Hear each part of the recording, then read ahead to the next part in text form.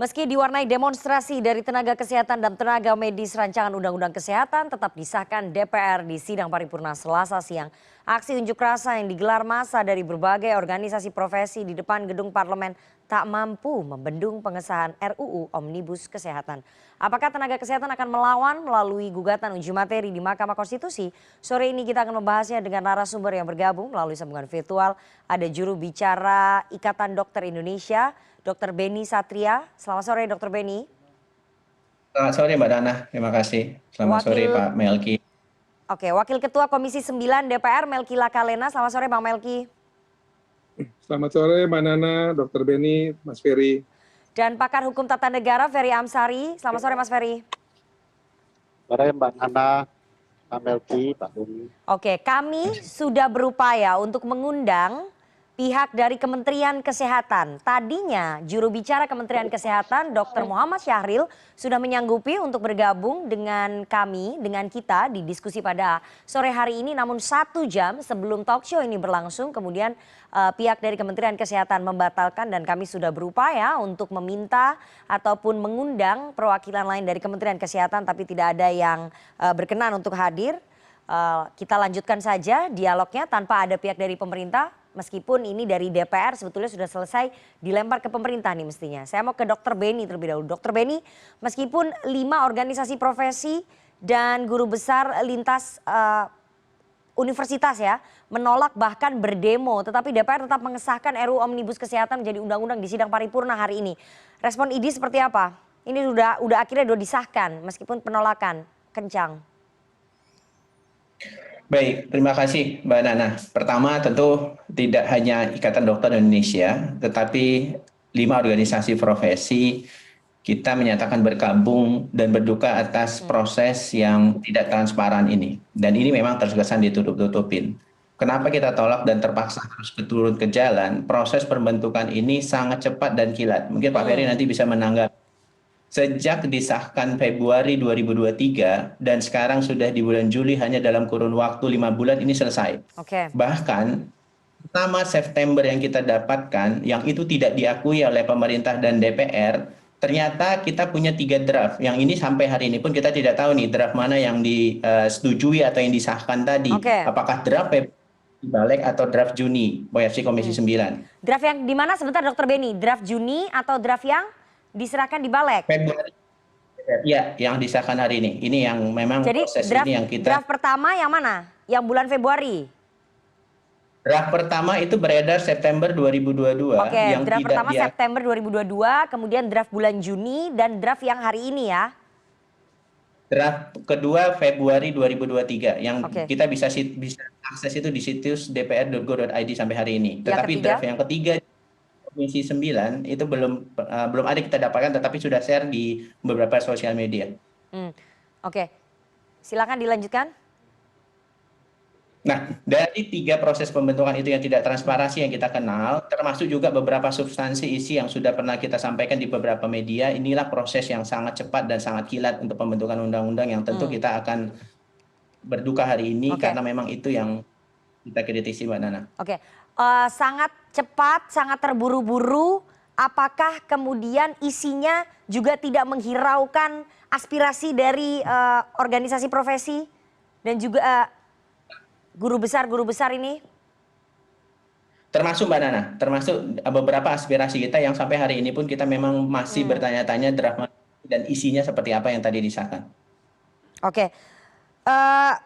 Bang Melki, ini ada 3 draft yang kami pun wartawan belum menerima ya. Yang mana sebetulnya yang disahkan oleh DPR? Draft pertama bulan September 2022, draft kedua adalah Februari 2023, draft ketiga adalah yang disahkan hari ini. Bahkan dari pihak organisasi profesi belum tahu isinya seperti apa. Kami wartawan juga belum tahu ini draftnya yang mana sebetulnya yang akhirnya disahkan oleh DPR hari ini. Yang dipakai yang mana Bang Melki?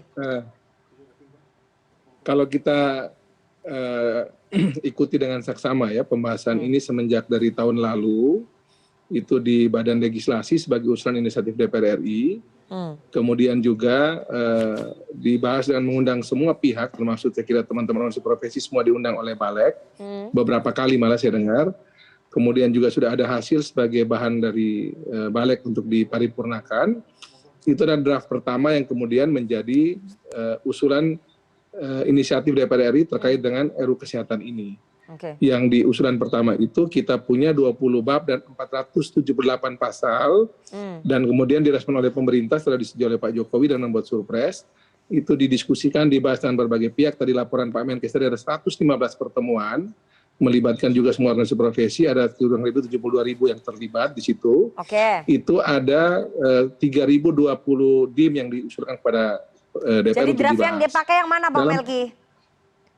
Sebentar, ini saya masih bahas pelan-pelan Mbak Nana. Kemudian dari usulan yang sudah dimasukkan dalam pembahasan di Balik itu, setelah masuk di Komisi 9, karena kami ada tugas untuk membahas undang-undang ini, sudah kami diskusikan dengan baik, dan kemudian hasil yang tadi dibacakan itu adalah hasil yang sudah disepakati oleh pemerintah dan DPR RI, itu melalui raker atau rapat kerja antara pemerintah dan ada Menkes, ada beberapa menteri juga yang lain dengan Komisi 9, menyepakati tentang draft RUU Kesehatan yang tadi dibacakan di paripurna. Dan kami setelah masuk di paripurna tadi, naskah ini sekarang sudah bisa diakses dengan baik. Jadi apabila ada teman-teman yang ingin melihat langsung ataupun mendapatkan naskah dari Undang-Undang Kesehatan ini, silakan mengakses di webnya DPR RI, ataupun kalau nanti Anda kata mau mendapatkan langsung dari kami juga, sekarang kami sudah boleh untuk mengedarkan naskah ini karena sudah diparipurnakan, jadi sudah sah untuk diteruskan kepada publik. Jadi mulai dari tadi itu semenjak disahkan, hampir semua media yang kontak ke saya minta naskahnya sudah berani saya kasih, karena mekanisme kami memang setelah disahkan di paripurna baru kami boleh menyebarkan, karena itu sudah menjadi keputusan di paripurna. Dengan posisi tadi kalau kita lihat ada 7 fraksi yang menyetujui, Nasdem tadi menyetujui dengan catatan, dan 2 fraksi yang menolak, yaitu PKS dan Partai Demokrat. Ini memang sudah disahkan, tapi sejumlah guru besar yang tergabung dalam forum guru besar lintas profesi ini sebelumnya sampai menulis petisi ya kepada Presiden Jokowi dan juga Ketua DPR Puan Maharani, di mana mereka merasa bahwa sejumlah isu berpotensi mengganggu ketahanan kesehatan bangsa. Tapi kenapa ya DPR tetap jalan terus? Ini kan yang kemudian protes ataupun melakukan penolakan bukan hanya organisasi profesi, tapi guru besar lintas profesi sampai menulis petisi kepada Presiden Jokowi. Ini tidak menjadi concern ya bagi DPR ya? Jalan terus saja Bang Melki. Sebenarnya begini. Jadi terkait dengan yang juga forum guru besar kemarin, kami juga mendapatkan beberapa klarifikasi dari beberapa guru besar yang namanya dicantumkan di situ, bahwa mereka merasa namanya dicantumkan tanpa sepersetujuan. Jadi nanti biarkan, kalau saya gini, kalau kita berdebat lagi di situ nanti kita mundur lagi ke belakang ya. Jadi saya tidak mau lagi masuk ke wilayah itu karena itu sudah kita sudah lewati tahap itu, pro kontranya sudah kita lewati. Hari ini sudah kita lihat bahwa sudah disahkan. Kemudian sekarang menurut saya kalau kita masih debat itu lagi, karena saya tahu ada beberapa guru besar juga kemudian mengklarifikasi bahwa mereka sebenarnya tidak ikut menyetujui. Memang diajak tapi mereka belum juga menyetujui untuk masuk di situ, dan nanti kita berdebat lagi urusan itu lagi Pak Nana. Tapi saya pikir begini, kita fokus berpikir yang positif dari undang-undang ini adalah undang-undang ini sebenarnya punya banyak sekali hal positif yang tadi sudah kami sampaikan juga di paripurna, yang bisa kita optimalkan untuk membuat bahwa pelayanan kesehatan di tanah air ini menjadi mandiri, menjadi berkualitas, dan bisa terdistribusi merata ke seluruh tanah air. Dan berbagai masalah-masalah yang selama ini menjadi persoalan kita di tanah air ya, terkait dengan bagaimana kita punya jumlah tenaga medis dan tenaga kesehatan dalam berbagai kapasitas itu kurang, distribusinya juga kita sulit, bagaimana juga menangani alat kesehatan dan kemudian farmasi, dan seterusnya. Itu melalui regulasi undang-undang ini sudah kita pastikan bahwa itu sudah diberikan payung hukum, dan tinggal sekarang bagaimana kita kawal agar pemerintah ini segera menyelesaikan semua tugas untuk membuat peraturan turunan dalam rangka untuk mengamankan berbagai niat positif di undang-undang ini bisa kita kerjakan. Sebenarnya begini Mbak Nana, semua poin yang disampaikan tadi itu bisa kita jawab satu-satu, tapi saya mau jawab secara umum saja karena nanti mungkin waktu kita tidak cukup di sini. Saya mau ke pakar hukum tata negara Bang Ferry Amsari. Ini kan sudah disahkan ya. Menarik sekali Bang Ferry, dalam waktu 5 bulan RUU Omnibus Kesehatan berhasil disahkan ya. Ini dalam sejarah DPR adalah RUU Omnibus ataupun RUU tercepat mungkin ya, yang pembahasannya diselesaikan dalam waktu 5 bulan. Padahal dulu Omnibus Cipta Kerja kita lihat aja agak lama pembahasannya, mesti sosialisasi dulu, mentok dulu. Tapi ini RUU Omnibus Kesehatan mulus sekali, 5 bulan langsung disahkan. Bang Ferry, bagaimana Anda melihatnya? Memang sudah sesuai memenuhi partisipasi publik, memenuhi unsur itu tadi, unsur formil partisipasi publik, atau bagaimana? Ya, terima kasih Mbak Nana. saya akan merespon tidak di ruang substansi ya, Ya, ya. karena bukan pakar kesehatan juga. Tapi ada kemungkinan korban layanan kita. Saya akan cenderung Ke prosesnya ya. membahas dari prosesnya. Kalau Mbak Nana perhatikan bahwa modus dan pelanggaran dalam pembentukan undang-undang omnibus kesehatan ini masih sama dengan undang-undang Cipta Kerja. Modusnya sama ya. Modus apanya nih? Ya, modusnya misalnya Bang Ferry? ya, misalnya tersebarnya berbagai draft yang membuat publik tidak mengetahui mana yang formil dan mana yang perlu dibahas. Oke. Dugaannya memang tidak terjadi keterbukaan dalam pembahasan draft. Itu sebabnya berbagai pihak kebingungan soal draft. Apa yang dimaksud dengan pelanggaran yang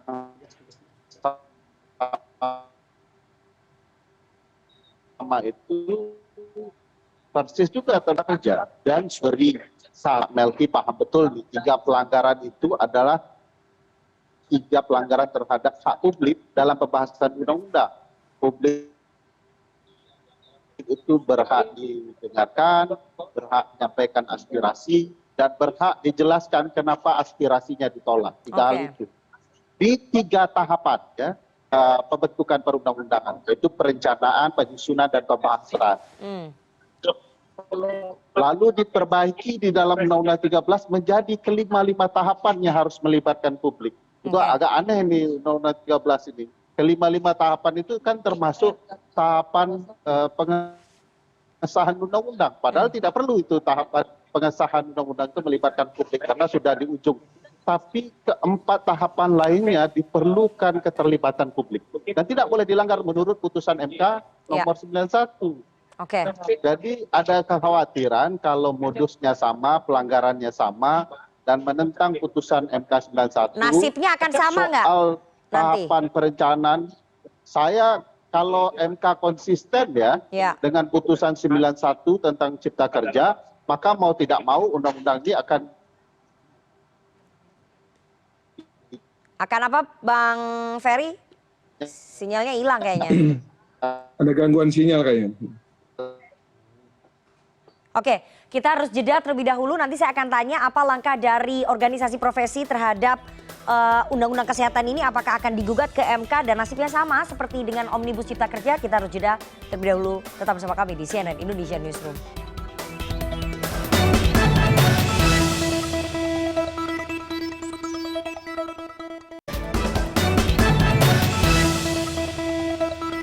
Terima kasih Anda masih bersama kami di CNN Indonesia Newsroom dan kita lanjutkan perbincangan kita dengan para narasumber. Ada Wakil Ketua Komisi 9 Melki Lakalena, kemudian Jubir ID, ada Dr. Beni Satria, dan Pakar Hukum Tata Negara Ferry Amsari.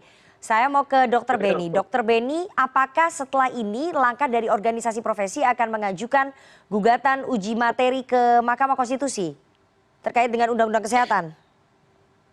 Baik, ya. Bagian itu sudah kami pertimbangkan jauh hari sejak proses ini yang kami dinilai tidak transparansi termasuk pemenuhan aspek formil di dalam pembentukan peraturan perundang-undangan. Tadi sudah disampaikan juga oleh Pak Ferry bahwa di dalam proses pembentukan ini memang polanya kami pelajari sangat mirip dengan Undang-Undang Cipta Lapangan Kerja atau Undang-Undang Cipta Kerja, termasuk juga di dalam konsideran RUU yang kami terima, draft-draft yang beredar. Termasuk bagaimana polanya pada saat ini putusan MK mungkin akan mirip seperti Undang-Undang Cipta Kerja dengan melakukan tindakan yang sesuai sebelumnya Mbak Nana. Jadi memang pertimbangan kita akan tetap arah ke sana. Jadi tetap mengajukan gugatan uji materi ke MK meskipun ya pemerintah sudah punya penawarnya itu membuat perpu nanti. Ya, apapun itu kan tetap berlaku. Apapun itu kami tetap akan berjuang Mbak Nana demi kepentingan masyarakat dan rakyat Indonesia. Oke. Bang Melki, ini DPR sudah siap ya kalau nanti MK menilai undang-undang kesehatan ini bernasib sama dengan Omnibus Law Cipta Kerja yang dinilai MK ini cacat formil, inkonstitusional bersyarat karena minim partisipasi publik. Itu yang sama loh di Omnibus Law Cipta Kerja. DPR gak masalah ya? Ya, jadi kalau kita cermati sekali lagi ya, kami sangat berhati-hati karena belajar dari pengalaman Cipta Kerja. Di mana saya kira mulai dari penyusunan di hak inisiatif ini melibatkan partisipasi publik luas Kemudian juga pada saat di Komisi 9 juga sama, kami membuat juga partisipasi publik 2 kali resmi di komisi, dan dalam pembahasan di Komisi 9 ini kami sering sekali itu proses pembahasannya itu akan berhenti atau akan mungkin kita akan atur sedemikian rupa. Tetap juga kami menerima pendapat publik yang datang pada saat rapat-rapat panja yang kami lakukan. Jadi belajar dari pengalaman di Cipta Kerja, pembahasan di Undang-Undang Kesehatan ini mulai dari balik sampai terakhir kami di Komisi 9 itu betul-betul memperhatikan aspek formilnya ya. Jadi prosesnya kita lakukan betul sesuai dengan yang diputuskan oleh Undang-Undang P3 itu, penyusunan peraturan perundang-undangan, sehingga menurut kami juga dengan melibatkan partisipasi semacam ini mestinya pemenuhan dari partisipasi publik yang luas dan bermakna itu sudah kita lakukan dengan baik. Bahwa ya memang ini kan soalnya bahwa dalam pembahasan yang terjadi ini ada yang kemudian pikirannya masuk, ada yang kemudian tidak bisa masuk, ada yang kemudian sama sekali tidak dipakai, kan itu normal ya. Jangankan pendapat dari pihak luar, ada juga usulan DPR RI yang kemudian di drop, misalnya kayak mandatory spending. Jadi Ada juga sebentar. pemerintah juga yang Bang Melki, saya mau tanya, jadi dari DPR tetap menginginkan mandatory spending itu ada? Berapa fraksi yang menginginkan mandatory spending itu tetap ada? Ya, sampai dengan misalnya pembahasan terakhir di Raker Komisi 9 saja misalnya itu, salah satu bagian yang membuat kemarin kita punya keputusan untuk agak molor karena misalnya kami diingatkan oleh pimpinan fraksi kami, Mel, ingat Undang-Undang Kesehatan tuh yang ada 5%. Kita kan membahas dengan berbagai teman-teman di DPR dan juga dengan pemerintah. Dan kemudian keputusannya seperti ini tentunya melalui sebuah proses mekanisme pembahasan yang sudah sama-sama kita sepakati secara musyawarah mufakat ya. Jadi memang prinsipnya begini Mbak Nana. Dalam pembahasan ini bahkan sampai dan kemudian di Raker pun juga ada beberapa materi masih kami juga diskusikan lagi. Nah, tapi sekali lagi, kenapa DPR menyerah sebagai wakil rakyat, Bang Melki? Soal mandatory spending, saya nggak bicara soal organisasi profesi, saya bicara soal mandatory spending. Ini hak rakyat ini. Oke. Jadi ada penjelasan dari pemerintah begini, mengatakan bahwa kalau kita menggunakan angka terkait dengan mandatory spending ini, misalnya 5 atau 10% katakanlah ya, kita tidak akan masuk lebih jauh lagi ke wilayah soal program.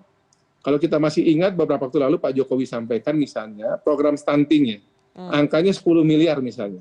Karena kita tidak bicara program lebih detail di situ, ternyata kemudian yang dipakai 10 miliar untuk stunting itu di salah satu daerah ya, saya tidak sebutkan di mana tapi beliau sampaikan waktu itu, 3M dipakai buat rapat-rapat, 3M dipakai buat sosialisasi, 2M dipakai buat yang dipakai buat beli telur, ikan daging untuk kasih bayi ini cuma 2 miliar. Nah, persoalan mandatory spending itu kalau modelnya seperti ini, kalau kita tidak berbasiskan program, kita menyebut mandatory spending itu, kita abai dengan apa yang menjadi capaian dari uang yang kita dorong itu. Kemudian karena ada pembahasan semacam ini, sehingga nanti kita punya yang namanya rencana induk bidang kesehatan, semacam ya repelita lah di zaman dulu yang pernah kita lakukan di zaman Pak Harto itu. Kalau kita membuat semacam itu, kita akan mempunyai gambaran program kita terkait dengan aspek kesehatan apa yang mau kita lakukan. Nanti uang akan menyertai di situ. Jadi bukan uang ada dulu berbikin program, tapi programnya diperkuat dulu. Setelah lihat programnya itu sudah masuk dan sudah lupa, kemudian butuh uangnya berapa. Nah, kemudian pemerintah akan siapkan di situ. Baik. Gitu Bang Melki. Jadi kalau substansinya memang, sama, cuma mungkin cara pendekatan berbeda. Ya, itu yang menarik. Kalau memang banyak terjadi penyelewengan ya soal mandatory spending ini di daerah-daerah, kenapa malah mesti dihapuskan? Kenapa tidak diperketat saja aturannya? Itu yang menjadi pertanyaan. Jadi, kenapa justru dihapus, bukan diperketat aturannya, Bang Melki? Jadi saya bicara gini mana. Jadi kan ini kan bagaimana cara kita, perspektif kita dalam melihat penggunaan anggaran dan bagaimana kita memakai anggaran tersebut. Kalau selama ini kan kita menyebut angka dulu kita ambil, kemudian programnya kita rada abai kan. Sekarang ini ya. Nah, ini sekarang dirubah polanya adalah perkuat dulu programnya apa untuk bidang kesehatan. Uangnya nanti akan dikasih ke situ. Bagaimana memastikan kemudian itu pelayanan kesehatan di bawah nggak terganggu? Kalau nanti di bawah malah jadi chaos karena mandatory spending itu hilang, bagaimana? Kita nanti akan membuat namanya rencana induk bidang kesehatan yang itu menjadi panduan bersama di tingkat pusat sampai ke daerah. Apabila ada daerah yang tidak melaksanakan penganggaran untuk program tersebut, ada yang namanya yang disebut dengan insentif dan disinsentif. Jadi Kementerian Keuangan nanti dan Kemendagri dan juga dengan Kemenkes akan menilai apabila daerah tersebut tidak melaksanakan program dan juga anggaran yang disiapkan untuk memadai untuk program-program yang sudah kita putuskan secara nasional dan juga daerah tersebut, maka daerah tersebut akan mengalami yang namanya reward and punishment lah, urusan keuangan yang sudah selama ini dilakukan oleh Kementerian Keuangan lah, selama ini dilakukan. Nanti kita lihat bagaimana program seperti yang tadi disampaikan oleh Bang Melki akan dibuat ya? Apakah memang ini akan berjalan pada kenyataannya implementasinya supaya sekali lagi ini rakyat jangan sampai terganggu kepentingannya di bawah soal kesehatan. Saya mau ke Bang Ferry. Pasti kami jagain semua Mbak Nana, kita jagain semua. Oke, Bang Ferry, apakah nanti pada saat undang-undang ini diajukan ke MK begitu ya, ini sudah bisa berlaku atau bagaimana sih nanti statusnya ini? Tergantung dengan apa yang akan diajukan oleh masyarakat dalam pengujian ya. Oke. Kalau kemudian diminta putusan sela untuk memfreezing Ya. berlakunya undang-undang ini untuk sementara waktu, ya bisa saja. Karena kalau saya lihat ya undang-undang ini memang selain bermasalah secara formil, juga bisa dilihat di batu ujinya di Undang-Undang Dasar, misalnya ya pasal 28H soal jaminan atas kesehatan gitu ya. Karena itu mandatory spendingnya kok tiba-tiba dihilangkan. Dan soal tanggung jawab negara untuk menyediakan fasilitas kesehatan di pasal 34 ayat 3 ya, Undang-Undang Dasar juga bermasalah. Dan saya pikir ya mudah membuktikannya, tetapi kan DPR dan pemerintah sedang percaya diri ya, karena waktu di Cipta Kerja DPR bisa memberhentikan hakim yang tidak sesuai kepentingannya dengan DPR sebagai pemilik perusahaan di Mahkamah Konstitusi ya. Jadi kepedean inilah yang tampil di dalam pembahasan Undang-Undang Kesehatan ini ya. Jadi nanti tergantung isi uji materinya. Saran Anda lebih baik bagaimana nih? Apakah harus mengajukan gugatan uji materi untuk putusan selah? Saya selalu punya strategi formil dulu Mbak Nana, karena begitu dibuktikan prosedurnya cacat, maka seluruh undang-undangnya kan dibatalkan. Kalau formilnya nanti katakanlah misalnya kalah gitu ya, barulah materialnya, substansinya diujikan. Tapi ada juga teman-teman yang menguji sekali dua. Tapi biasanya kalau saya pribadi memang formil terlebih dahulu. Tapi sampai itu masuk ke dalam MK, apakah ini undang-undang bisa berlaku atau bagaimana? Belum bisa berlaku ya? Ya makanya bisa diminta untuk satu, bahwa persidangan cepat, kedua putusan sela untuk membekukan berlakunya undang-undang ini. Biasanya begitu Mbak Nana. Terakhir ke Dr. Beni. Dr. Beni, apakah kemudian nanti akan ada aksi lanjutan yang dilakukan oleh tenaga kesehatan dan juga tenaga medis dari organisasi profesi? Selain tadi menggugat ke MK? Karena beberapa kalau saya baca di media ada yang mau mengajukan, ada yang mau mengadakan mogok nasional. Baik, pertimbangan mogok masih tetap kami diskusikan, tapi kami tetap berfokus kepada kepentingan masyarakat, termasuk yang Mbak Nana singgung tadi, bahwa terkait mandatory spending, yang kami perjuangkan di dalam mandatory spending hanya angka minimal. Berapa sih minimalnya? Jangan kemudian itu tidak disebutkan. Angka minimal saja kita tidak berani untuk menyebutkan, sehingga hilangnya kepastian hukum. Terkait anggaran itu sebesar-besarnya, tentu itu yang kita inginkan. Tetapi setidaknya ada kepastian hukum berapa minimal. Nah, aksi apa yang akan kami lakukan ini masih dalam tahap diskusi karena memang draft itu belum bisa kami akses sampai hari ini. Ya, sampai hari ini kami masih belum bisa mengakses itu. Termasuk isi substansi yang disampaikan oleh Pak Ferry bahwa formil dulu nanti kami akan ajukan, kemudian baru kami masukkan ke dalam substansi, Mbak Nana. Terima kasih. Kita tunggu nanti ujungnya seperti apa. Apakah MK konsisten ya memberlakukan undang-undang ini sama seperti Omnibus Law Cipta Kerja atau mungkin bisa berbeda? Yang nanti Mbak Nana, menurut saya tinggal nanti dicek lebih lanjut. Yang pasti kami di Panja DPR RI ini dalam pembahasan ini aspek formil tadi betul-betul di setiap tahapan kami perhatikan betul sehingga tidak ada yang kami tidak penuhi sesuai dengan Undang-Undang P3. Jadi seperti tadi Mas Ferry sampaikan, pengalaman kami dari Cipta Kerja itu di Panja ini kami betul-betul mengikuti seluruh aturan yang ada sehingga mudah-mudahan itu yang bisa menilai nanti majelis hakim di Mahkamah Konstitusi yang jumlahnya 9 orang. Silakan. Bang Melki, dinilai dengan itu baik. klaimnya dari DPR, Betul, kita nggak bisa tahu. Nanti baik. persidangannya nanti di MK, ada 9 hakim MK yang akan memutuskan ini catat formil nanti atau Mbak enggak. Mbak Nana ini bagi teman-teman yang ingin meminta tentang bagaimana kronologis, pembahasan, substansi yang dibahas, silakan nanti minta ke kami bisa berikan untuk bisa jadi pegangan dan jangan kita bicara hoax yang bersifat katanya. Ini semua bahan sudah bisa diedarkan, tinggal diminta kami kirimkan. Baik. DPR yang seperti itu. Betul. Terima kasih sekali. Pengiriman itu kan tidak harus di ujung Pak, dari awal.